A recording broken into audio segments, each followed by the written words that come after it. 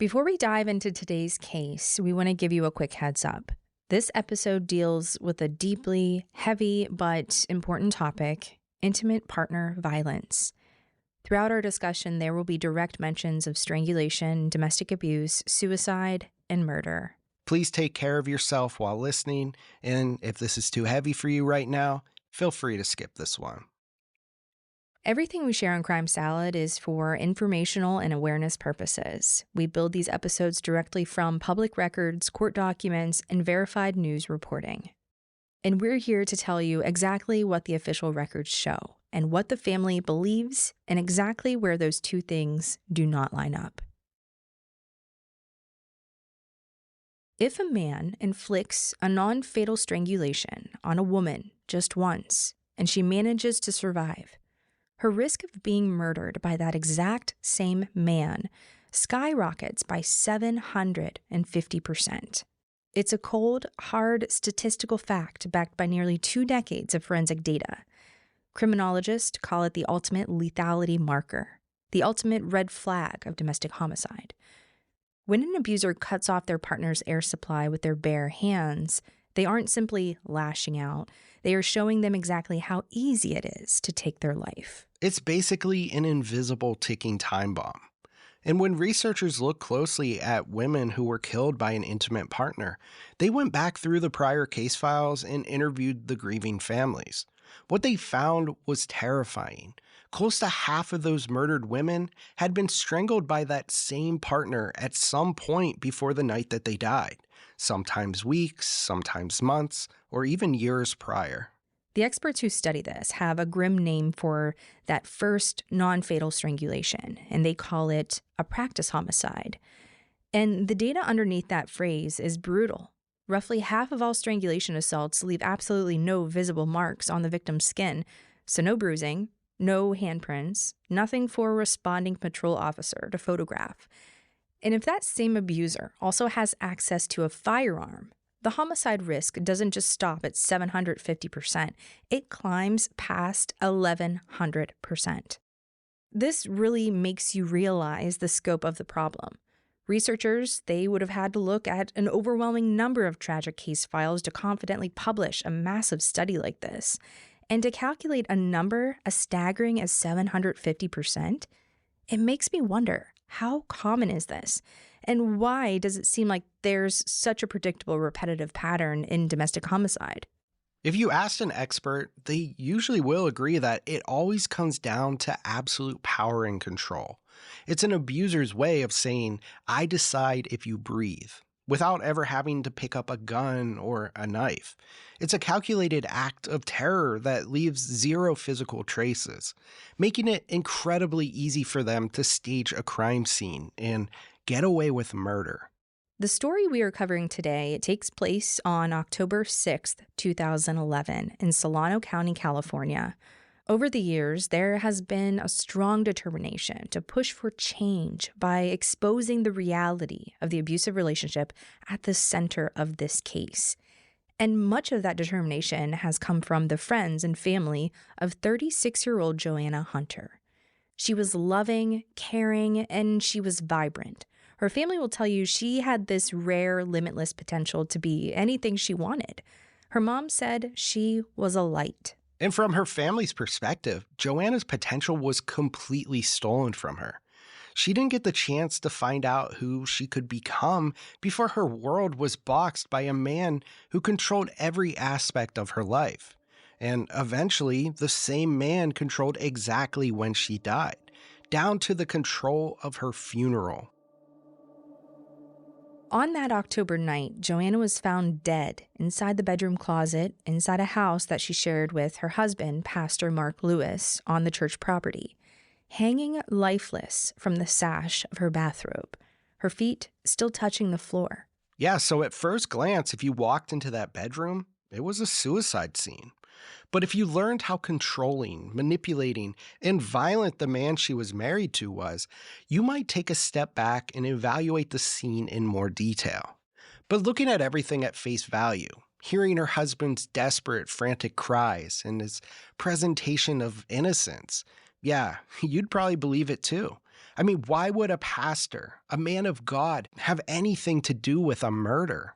And that's exactly how the story goes. It's frustrating, it's enraging, and for the record, we are not here to critique the police. They have a tough job they wake up to every day, and they too are believed to have been manipulated during this entire situation. Instead, we're here to dig up the hidden truths of this relationship and possibly point out a wolf in sheep's clothing. So let's toss the salad a little bit. I'm Ashley. And I'm Ricky. And this is Crime Salad. Vacaville is a classic commuter town in California. Think the suburbs. It sits right on the golden rolling hills between San Francisco and Sacramento. You might set out to live here if you want to escape the insane cost of living the San Francisco Bay Area has to offer. It sounds like a nice place. However, you forgot to mention it's a literal prison town. It's home to 2 massive state penitentiaries sitting right inside the city limits, housing thousands of inmates, including some of California's most notorious serial killers. And I'm pretty sure Charles Manson was at the California Medical Facility briefly. This was a place designed specifically to handle inmates in the mid-1970s. Okay, well, fine. It also might be a good conversation starter kind of town where if you happen to get the question, so where are you from? But honestly, it's probably a pretty safe area. The neighborhoods are packed with off-duty cops, correctional officers, and state police. It's a town hyper-focused on law and order, long before a man named Mark Lewis, a pillar of the community, even took the stage standing at the pulpit as a pastor of a local church in this town. But before we get too far, let's take a look at the earlier days. Joanna Lynn Hunter was born October 27, 1974. And if you look back at who Joanna was growing up, she was incredibly radiant, stylish, and fiercely protective of her younger brother Joe. They had that classic, unbreakable big sister, little brother dynamic. In the CBS News 48 Hours documentary on this case, it is genuinely heartbreaking to listen to Joe talk about a sister. I mean, you can just feel how massive of a part of his life she really was. CBS was actually one of the first networks to really shine a national light on this case. And honestly, it's a great episode to check out if you want to put more faces to the names and to see more visuals in the investigation. And Joe has never stopped keeping her memory alive. He actually went on to compete on the reality show Survivor. And while he was out there on national television, pushed to his absolute physical and mental limits, he still brought up his sister's case. It just goes to show how deeply her death impacted his life and how relentless he is about making sure Joanna's story is never forgotten. So when you look at this tight-knit relationship that they had, it gives you a clear picture of who Joanna was, a very confident, strong, and highly social young woman. And born on October 27th, she was a Scorpio, so that makes a lot of sense. I like astrology, I don't know about you, but when a Scorpio loves you, they love you with everything they have. She was smart, she was sure of her decisions, and she had this bright future ahead of her, which makes it all the more devastating to see how quickly that confidence was targeted.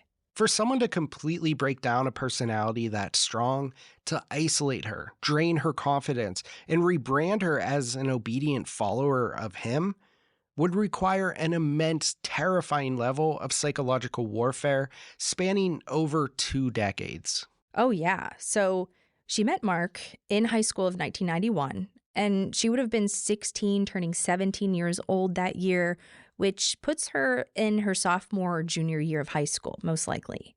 And Mark was her very first boyfriend. But it didn't take long for that mask to slip. And what makes this so incredibly difficult to learn is that Joanna knew she was in danger. She actually tried to fight back and escape multiple times.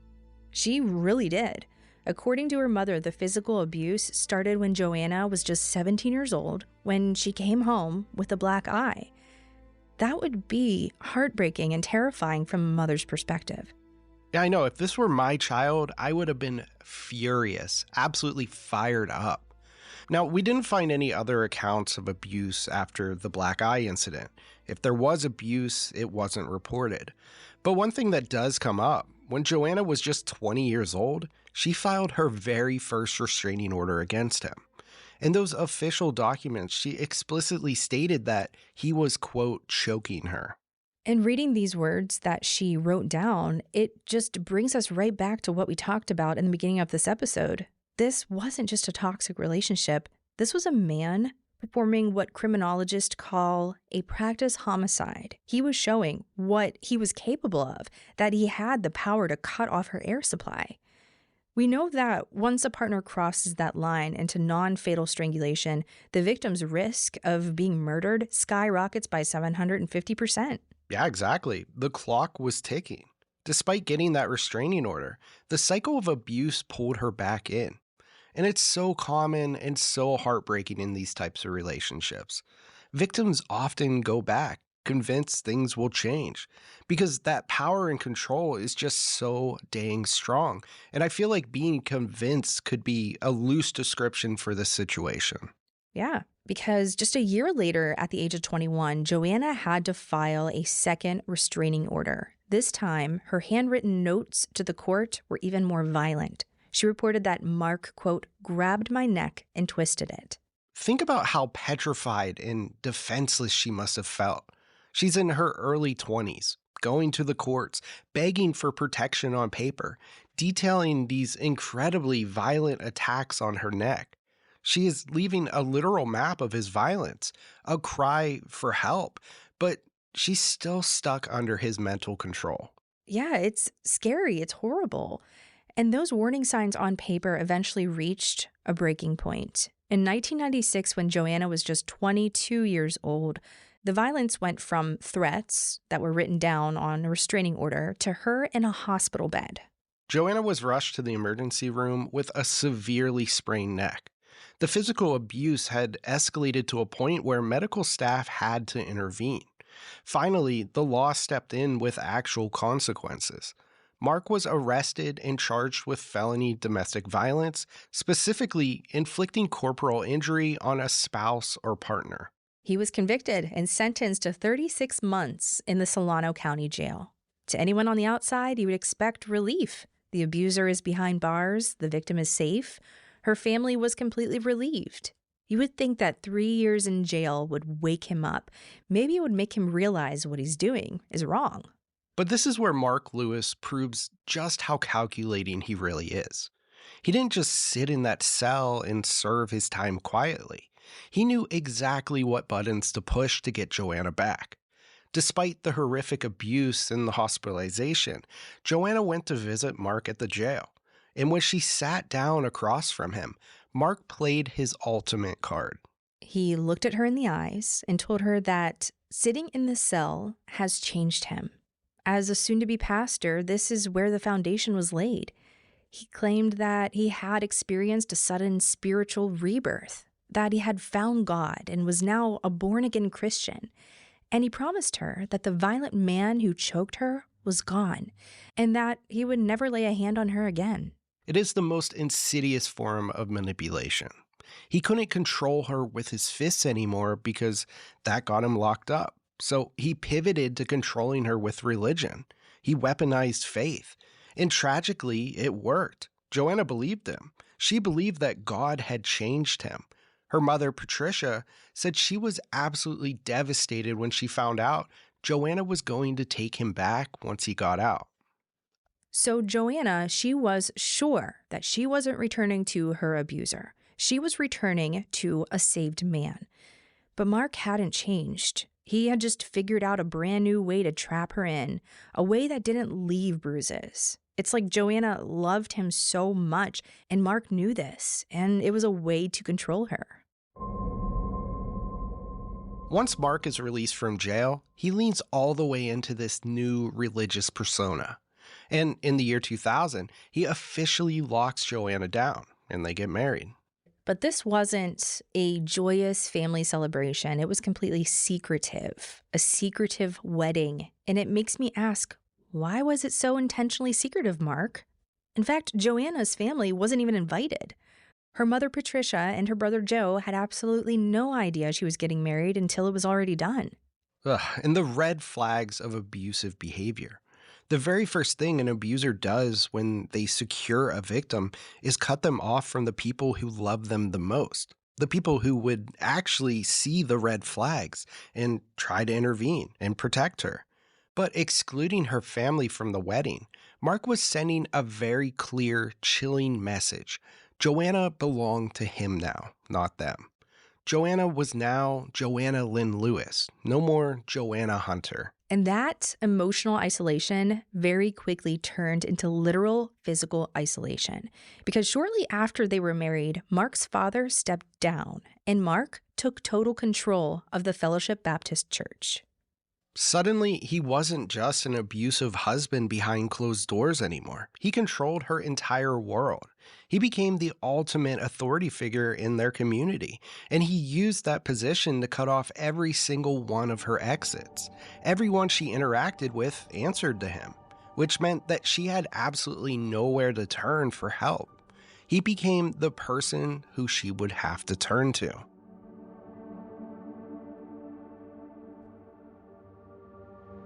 And taking over the church didn't just mean that he got to preach on Sundays. It meant inheriting the property. Mark and Joanna moved into the church parsonage, which is a designated home provided for the pastor. But this wasn't just some modest little house in a normal neighborhood. It was a massive 5-bedroom, 5-bathroom home located directly on the church property. It was just yards away from the actual sanctuary, so you have to picture the geography of her life now. Joanna was essentially living in a fishbowl. If she walked out of her front door to go get the mail or go outside to get a breath of fresh air, she was standing on Mark's territory where he lived and also where he worked. She was constantly surrounded by church members who viewed her husband not just as a community leader, but as a direct messenger from God. And they didn't view her as Joanna, the vibrant young woman with unlimited potential. They viewed her as the pastor's wife, and that's it. It's the absolute ultimate setup for an abuser. Mark controlled the finances, he controlled the congregation, and he controlled the very ground she walked on. It made it nearly impossible for her family to even reach her or to get through to her, even though they tried. And with that much control, it made it incredibly difficult, almost nearly impossible for her to simply pack a bag and walk away from it all. It's much easier said than done. To understand how a man could have so much control over a narrative, you have to understand the pulpit he stood behind. The Fellowship Baptist Church in Vacaville was essentially a family business to Mark. I mean, he inherited the ministry from his father. And when the church was under his father, it was at its peak. A traditional congregation of about 100 to 150 regular members. I mean, it was pretty stable. Right. And around the time of Joanna's death in 2011, active membership had dwindled to a smaller core group of families, which were described as fiercely loyal to the church and Mark. But those looking back at how he handled the congregation can now admit that they were completely blinded by Mark's spiritual persona. Some would now describe it as very cult-like. So people in his congregation, they were victims as well, really. And when Mark took over the church, he seemed to absorb this absolute, unquestioned authority over his congregation. Looking from the outside, it looks like a complete power trip. He owned and controlled the space where he preached. On Sunday mornings, it was his time to shine on the stage. His sermons were very direct, filled with yelling, pounding fists on his pulpit. It was really intense. But you can assume that he was maybe extremely passionate in what he was doing. Yeah, I mean, it might have seemed that way, but very early, he stood by his belief that people in a congregation do not question the pastor. The pastor's word is treated like law, so when he took over, he didn't become a better man. He just stepped into a bulletproof disguise. Exactly. He realized it was a lot easier to control Joanna by using scripture than by using his fist. He started telling her that pastors don't get divorced, and he used his sermons to convince the congregation that any problems they had were her fault. He even told Joanna, because of the color of her skin and her hair being half black, that she could still be saved, which perfectly illustrates how disgusting someone like this truly is. He built a tight knit following that he was protected behind, and he was treated as a man of God. But some might agree that he was a wolf in sheep's clothing. And his preaching technique was very oppressive, very direct, almost like he's yelling at everyone in his congregation. And what also stands out is that Mark routinely and intentionally informed his congregation that Joanna was incredibly chronically ill. Church member Lorraine Baker later told law enforcement that Mark actively brainwashed the congregation into believing that Joanna was terribly sick. And he did this so that when Joanna showed up to Sunday service with a medical sling around her neck from a physical beating, the church members wouldn't ask questions. They just thought she was frail and suffering something medically. When in reality, she was suffering at the hands of her abuser, and all the signs were right in front of an entire congregation. And there were financial investigators from the Solano County District Attorney's Office who looked into the church's books and found absolute chaos. Under Mark's father, the church was financially stable. Once Mark took over, he completely drained the church's account for his own personal enrichment, running the congregation $80,000 to $90,000 in the red.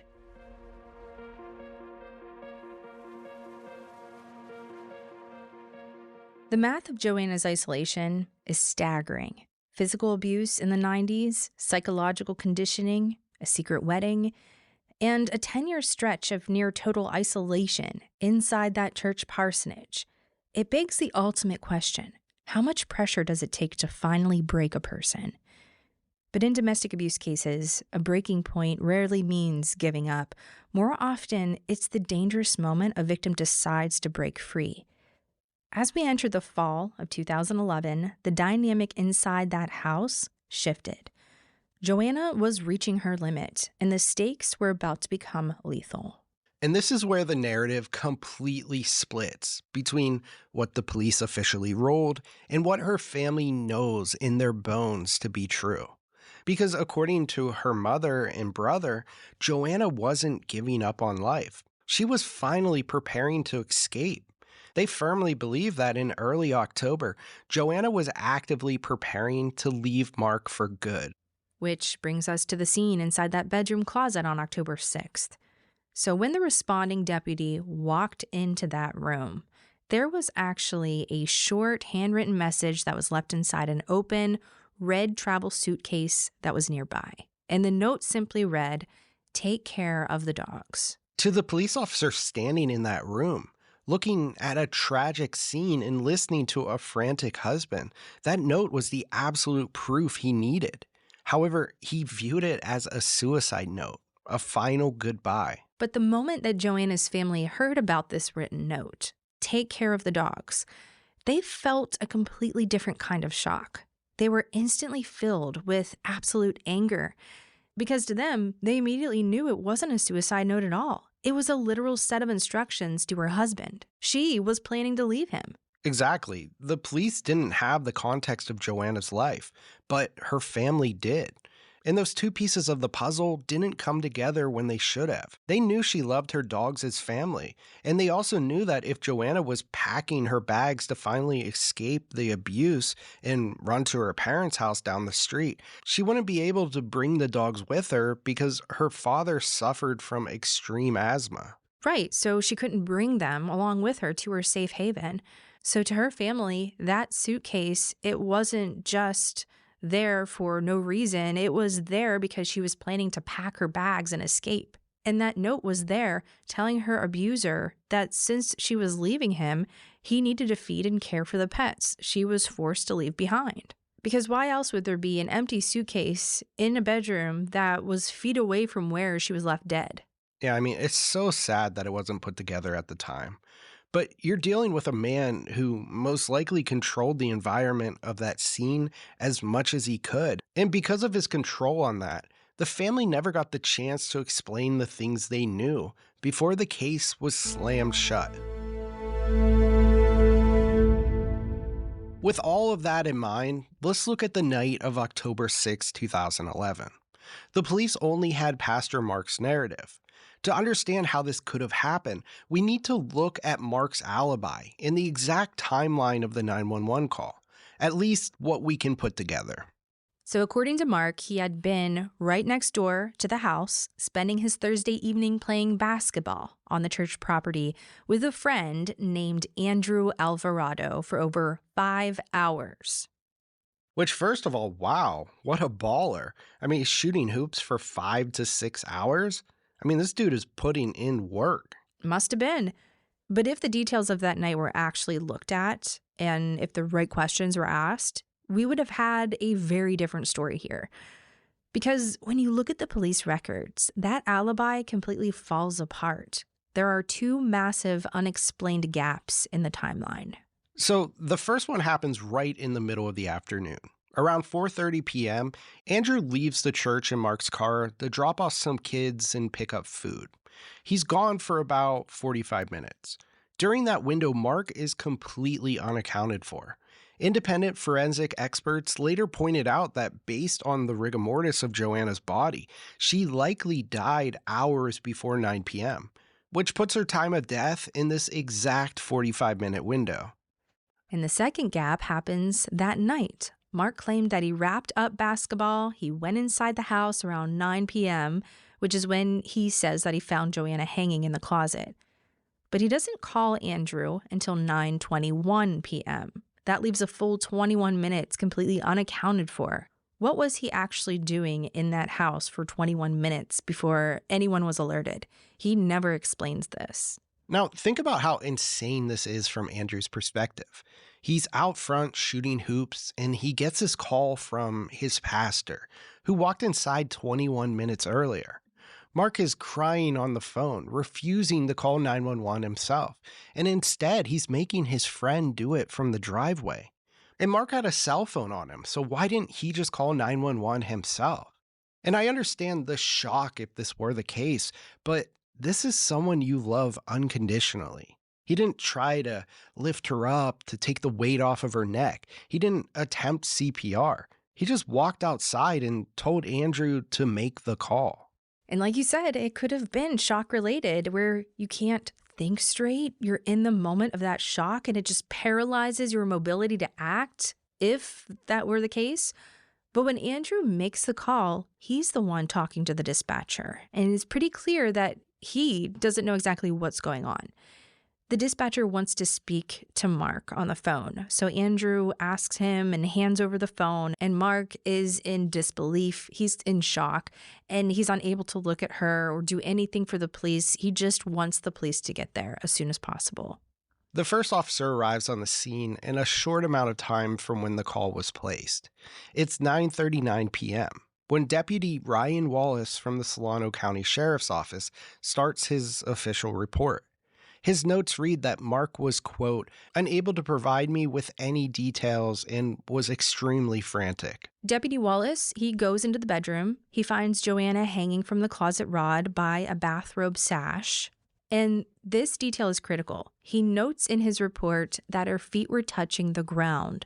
One leg was bent. The other was stretched out. And he is the one who finally cuts her down. And he documents that her body had already been stiffened from rigor mortis. Depending on how much rigor mortis set in, I mean, for her limbs to be noticeably stiff to a responding officer, she had to have been dead for several hours. So if we count backwards 4 to 5 hours from the time the police arrived, it lands you exactly between 4:30 p.m. and 5:15 p.m., the exact window of time Andrew left to get food, leaving Mark alone and unaccounted for. So what was Mark doing during this time? Still shooting hoops? Well, according to Andrew Alvarado's initial statement to law enforcement, when Andrew left at 4:30 p.m. to drop the teenagers off and pick up food, Mark went back inside his house. Okay, so that places Mark inside the house with Joanna. But according to Mark, his overall alibi was simply that he had last seen Joanna at 1 p.m. and that he had been outside playing basketball until he went inside and found her around 9 p.m. And if we're looking at what the police got out of him, that's it. And it's so important that the officer mentions Joanna's feet were touching the floor and that the husband didn't attempt any life saving measures. I mean, I'm not a law enforcement officer, I'm not an expert, but if this were someone in my family, I would want a detective to investigate. The house should have been taped off. Mark should have been taken to an interview room at the police station. The family should have been called. I mean, that's the bottom line. But none of that happened. According to investigative reports, Deputy Wallace called the sheriff's investigations unit and told them there was absolutely no evidence of foul play, meaning detectives didn't even need to come out. He looked at the red suitcase, accepted the take care of the dogs note as a suicide letter, and bought Mark's frantic alibi completely. So for the record, Deputy Wallace arrived at 9:39 p.m., and according to the records, he officially rolled out foul play at 10:08 p.m. So that means the Solano County Sheriff's Office walked into a house, evaluated a dead body, cleared a domestic violence suspect with a history of inflicting abuse on this specific individual, and closed the book on Joanna Hunter's life in exactly 29 minutes. Yep, 29 minutes.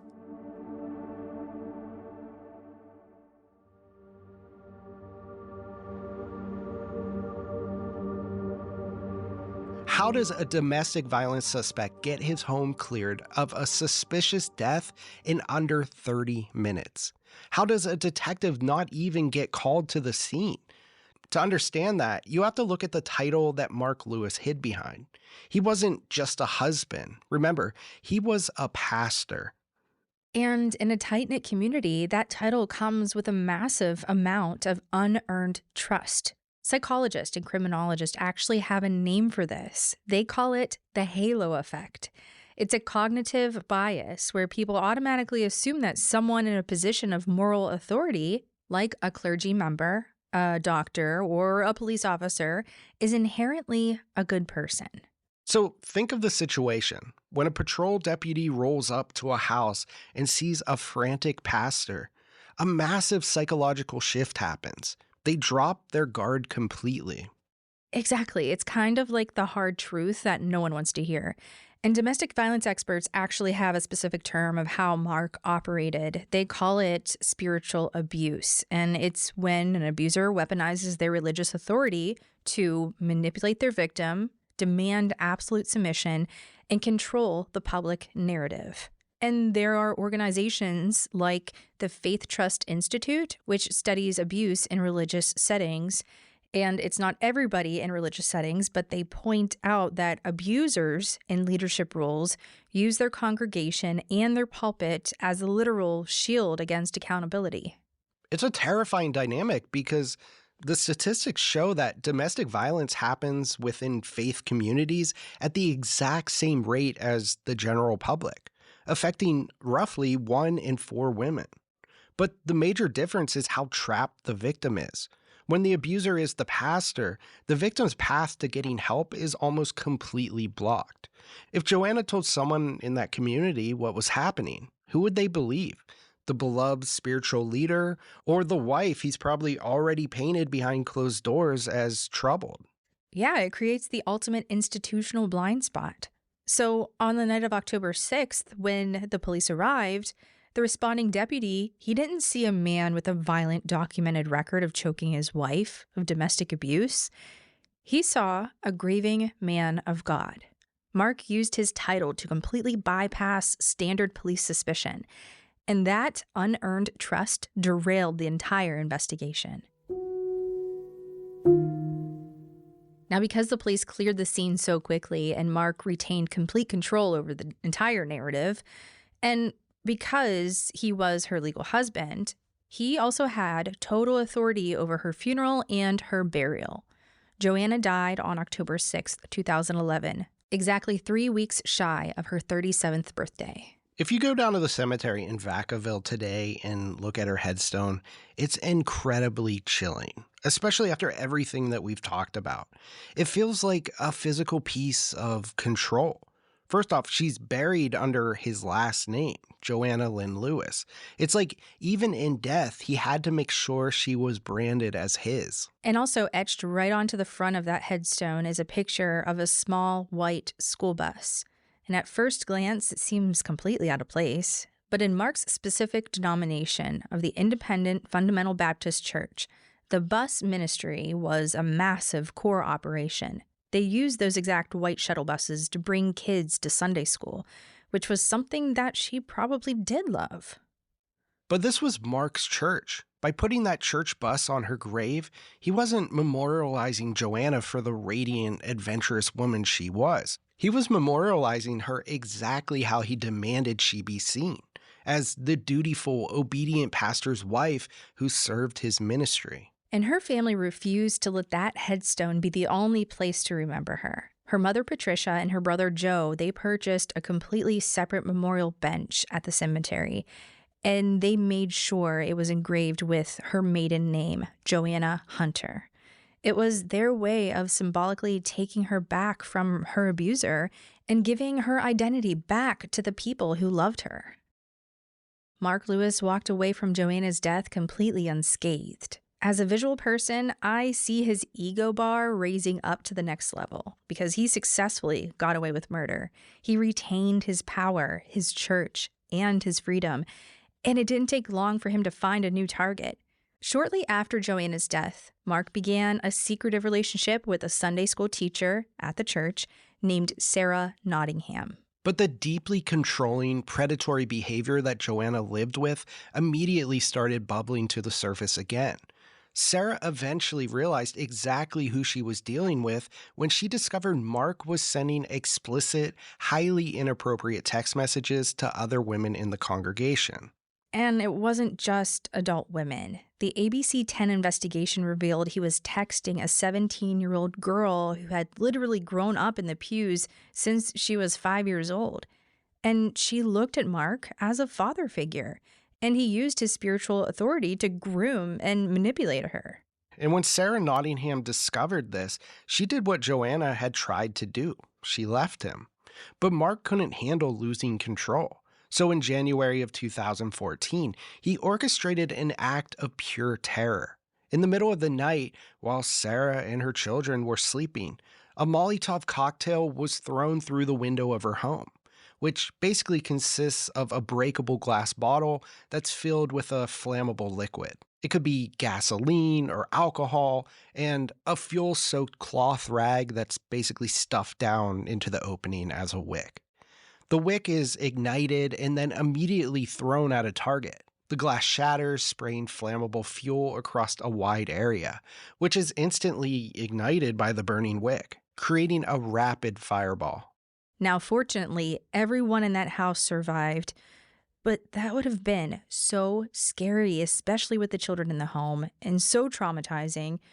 So, how did they put together that Mark may have had something to do with this? Yeah, I mean, he's the pastor of a church. There's no way he would do something like this. Yeah, you wouldn't think. So during the digging of the investigation into this, they discovered that Mark actually has been housing vulnerable homeless ex-convicts on the church property under the guise of ministry. But he wasn't trying to help them or save them. Court records show that he actually paid these ex-cons to carry out the firebombing for him. Unbelievable. Mark was arrested and slapped with a $1 million bail for arson and stalking. But if you want to know just how deep his psychological control over that church really went, listen to this. So, while Mark was sitting in a jail cell, his devoted followers didn't turn their back on him. And it's not exactly their fault either. I mean, remember, they're victims too at this point. Yeah, instead, they held a literal yard sale right on the front lawn of the church. They sold off church furniture, a pool table, and even the church's Bibles to try to raise his bail money. They gave interviews to local reporters claiming that the police were just nitpicking and persecuting their holy pastor. They were completely, terrifyingly brainwashed. So the mask finally slips completely off. In 2015, the justice system catches up with him for the attack of Sarah Nottingham. Just as you would suspect, Mark Lewis pleads no contest to arson and stalking, and he was sentenced to 8 years in a California state prison. But at the recording of this episode, 2026, the mask says he's free, and he is. We see it in the work of the show 48 Hours. He started a new life, although he's no longer a pastor. I think he's a plumber now. And for anyone wondering why he didn't just plead guilty, think about the psychology of a highly controlling abuser. Admitting guilt means surrendering control and admitting defeat.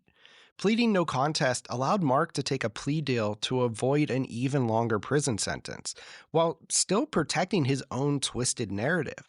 He got to take the deal without ever having to stand up in an open court, look his victims in the eye, and actually say the words, "I did it." But here's the agonizing reality for Jonah's family. That prison sentence had absolutely nothing to do with Joanna. To this day, Mark Lewis has never been charged with any crime related to her passing. In the eyes of the law, October 6th, 2011 remains a closed case, a suicide. And that is exactly what her brother Joe and her mother Patricia have been fighting to change for over a decade. They refuse to let Joanna's legacy be defined by a 29-minute police determination. They refuse to let Mark's narrative be the final word on her life. They have spent years relentlessly fighting the system. They've hired private investigators and brought in completely independent forensic experts to review the photos that were taken that day, to review the timeline and the physical evidence, specifically highlighting the physics of the scene and the fact that her feet were resting on the floor. Their goal right now is very clear, and it's entirely focused on the paperwork. They're fighting to have the official cause of death on Joanna's death certificate changed from suicide to homicide. Because legally, until that piece of paper is amended, the door to a new investigation remains locked. Patricia and Joe, they want the world to know that Joanna didn't give up on her life that night. They believe wholeheartedly, with everything in them, that she was actively fighting to take her life back. And they don't want to stop fighting until the official record reflects the truth about what happened to this vibrant, beautiful woman that they loved so much. So we get to the end of all of this, and I just can't get over the question. Why hasn't Joanna's case been reopened? We have the massive timeline gaps, the lack of an autopsy, and the obvious documented history of violence. Why hasn't the Solano County Sheriff's Office or the district attorney done anything? It all comes down to a legal catch-22 and a lot of bureaucratic red tape. The biggest hurdle is a single piece of paper, Joanna's death certificate. Because the original responding deputy cleared the scene in just 29 minutes, the coroner officially ruled the manner of death as suicide. Right. So as long as that piece of paper says suicide, the sheriff's office has no legal mandate to assign a homicide detective to her case. And because that initial investigation only lasted 29 minutes, standard homicide protocols were completely ignored. They didn't do things that you would expect if this were a suspected homicide case, like test for Mark's DNA under his fingernails, look into the braided white rope that was within distance of her body. They didn't photograph the entire scene properly, looking for clues to support a homicide. So, as of right now, any evidence that could have been used most likely was thrown away. The opportunity to go back and look at any evidence the night she died is basically gone. Exactly. But her family refuses to accept that. They have been fighting back, and they are actually changing the system. Joanna's brother Joe, he used his platform from competing on Survivor, the show on CBS, to raise massive national awareness for his sister's case. And because of his and his mother's relentless advocacy, California actually passed Joanna's Law, also known as Senate Bill 989, which went into effect in January of 2025.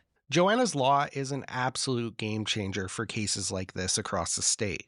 It mandates that when someone with a history of domestic violence dies prematurely, law enforcement must treat this as a suspicious death or homicide until proven otherwise. It actually codifies 10 specific red flags that responders have to look for to prevent abusers from staging crime scenes. Which is exactly what happened to Joanna. And when you think about it, we talked earlier about how Joanna was this fierce protector for her little brother when they were growing up. Now, through her legacy and this new law, she has made a massive impact. And because of their fight and the public awareness Joe and his mother have generated, the Solano County Sheriff's Office was actually forced to reopen the investigation for a third time in 2024, most likely when the bill was in the works. But unfortunately, the police just reviewed the police paperwork and stood by their original ruling. Oh, really? I didn't know that. Yeah, there was the initial suicide determination when they found Joanna, and there was a second look that was done around 2014, maybe 2015. This happened during the firebombing of Sarah Nottingham's house, which made this happen, but nothing came from it. It was more like a review process, checking some boxes and moving on. The police, they continued to stand firm on their original ruling. And the third time was really the same thing. The family was pushing for another review, and the police did what is sometimes called a paper review, and they just closed the case again. And that's where the case stands. But the fight isn't over. It really isn't. And the family also works closely with some incredible organizations that you can support. They've partnered with the Sacramento Regional Family Justice Center and the Alliance for Hope International, specifically their Justice Project program. The Justice Project independently reviews hidden homicide cases around the country and provides forensic experts to families like Joanna's to fight back against botched investigations. So we'll have a bunch of links in our show description. Be sure to check them out if you want to learn more. There will be a link to the Alliance for Hope and the Sacramento Regional Family Justice Center right in our show notes, along with any active petitions. So if you would like to help, please go check them out, donate if you can, and help us keep Joanna's name alive. She was a vibrant, beautiful, fierce protector of her family, and she deserves justice. This is an incredibly heavy case, and Joanna's story is one that really stays with you. We want to echo what her family has fought so hard to prove, that she was a strong, vibrant woman who was fighting for her freedom. Absolutely. And before we go, we need to say this directly. If you or someone you know is navigating intimate partner violence, please know that you are not alone. There is help out there. You can reach out to the National Domestic Violence Hotline at 1-800-799-SAFE. That's 1-800-799-7233. You can even text them. Text the word START to 88788. It's completely free, it's confidential, and it's available 24/7. But if you don't feel safe to use your own cell phone or to access the website on your own computer, you can actually go to a public library, ask if you can use one of their computers, and go to the website, thehotline.org, for assistance through the chat. We appreciate you all tuning in and listening to Joanna's story. If you want to support what we do here at Crime Salad, there's a few ways that you can do that to help us out. Right now, we have a Memorial Day sale going on over at crimesaladpodcast.com. Basically, just scroll to the bottom and we have merch there. Head over there and grab some merch just in time for this long weekend. And if you can't stand ads and you want to listen to our episodes completely interruption-free, you can sign up to become a Patreon member or just subscribe directly through Apple Podcasts. But sometimes our ads are pretty cool. I'm not going to lie. Sometimes we get some really cool things to try out. And your support truly means the world to us. Thank you so much for listening. Thank you for sharing Crime Salad with a friend and help us grow more. Our salad leaves are blooming. It's spring. Let's go. Have a great week.